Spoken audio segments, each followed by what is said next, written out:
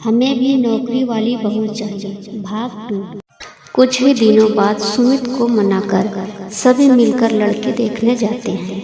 लड़की वालों को पहले ही बता दिया जाता है कि लड़की नौकरी पेशा हो। थोड़ी देर बाद तीखे नैन नक्श वाली सीमा सादे सलवार सूट में बाहर आती है और लड़के वालों के सामने सोफे पर बैठ जाती है। सभी सीमा को देखकर खुश होते हैं। मन ही मन विमला जी लड़की को देखकर अनुमान लगाती है कि लड़की सीधी सादी है, आजकल के जमाने की नहीं लग रही। कहीं न कहीं उनके आकलन करने के तरीके से सुबोध जी भी समझ जाते हैं। थोड़ी देर बाद ही लड़की और लड़के से उनकी इच्छाएं पूछी जाती है। तभी विमला जी कहती है, हमें तो नौकरी वाली बहू चाहिए। तुम क्या सोचती हो इस बारे में सीमा? लड़की से प्रश्न पूछते हुए। जी मैं भी यही चाहती हूँ कि मैं नौकरी करूँ। आप जैसे लोगों की वजह से ही आज समाज का विचार बदल रहे हैं। लेकिन आप ये स्पष्ट कर दें कि अगर बहू भी नौकरी करेगी बेटे के बराबर, तो घर के कामों में बेटे को भी उतनी ही सहायता मिलेगी बहू को। क्या इस बात के लिए तैयार है आप लोग? सीमा ने कहा। ऐसे सवाल पूछते देख सीमा की मम्मी ने कहा, अरे बेटा ये क्या पूछ रही हो? मम्मी सही तो पूछा। जब बेटे बहू दोनों नौकरी करेंगे तो घर के कामों का बंटवारा भी दोनों में होना चाहिए। मैं पुराने दकियानूसी विचारों को बिल्कुल नहीं मानती। मैं आज की नारी हूँ और समानता मेरा अधिकार है। क्या शादी के बाद घर बाहर की जिम्मेदारी सिर्फ हम महिलाओं की है? हम सुपर वुमेन तो नहीं जो घर बाहर नौकरी बच्चे सब संभाले और उफ भी ना करे, और पुरुष बाहर जाकर नौकरी करके आने के बाद आराम फरमाए।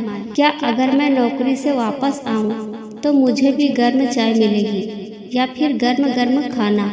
बहू से नौकरी करवाना ही चाहते हैं तो बेटे को भी समानता से घर के काम बराबर करने होंगे। सीमा ने कहते हुए लड़के वालों की तरफ देखा। सभी के चेहरों की हवाइयाँ उड़ चुकी थी। सुमित भी सीमा की बातों को सुन अवाक रह गया था। सुमित सीमा की बातों को सुन सोचने पर मजबूर हो गया। इधर सुबोध जी और विमला जी भी सुमित की ओर देखने लगे। सुमित ने सोचा, सही तो कह रही है सीमा। अगर मुझे नौकरी वाली पत्नी चाहिए तो उसे भी घर के कामों में समानता के काम करने का अधिकार पति के सहयोग से मिलना चाहिए। उसने तुरंत सीमा जी को जवाब देते हुए कहा, सीमा जी मैं आपकी सुलझी हुई सोच देखकर खुश हूँ। वाकई आपने समान अधिकार वाले पक्ष पर चर्चा करके मेरी मानसिकता को बदल दिया। मैंने ये कभी नहीं सोचा कि जब दोनों ही पति पत्नी नौकरी करेंगे तो घर के कामों का भी समान रूप से बंटवारा होना चाहिए।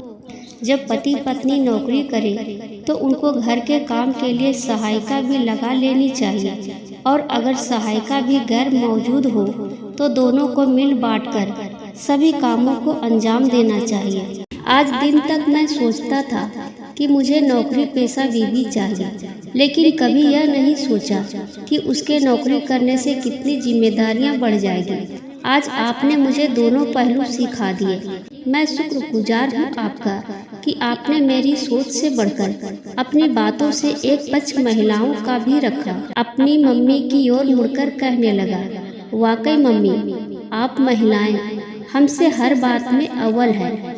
नौकरी के साथ साथ घर के कामों को भी जिम्मेदारियां के साथ निभाना और शिकायत भी नहीं करना। जमाना बदल रहा है। ऐसा कहने मात्र से ही नहीं, हम ही को बदलना होगा, तब जमाना बदलेगा। कल कुछ और था, आज कुछ और है और कल कुछ और होगा।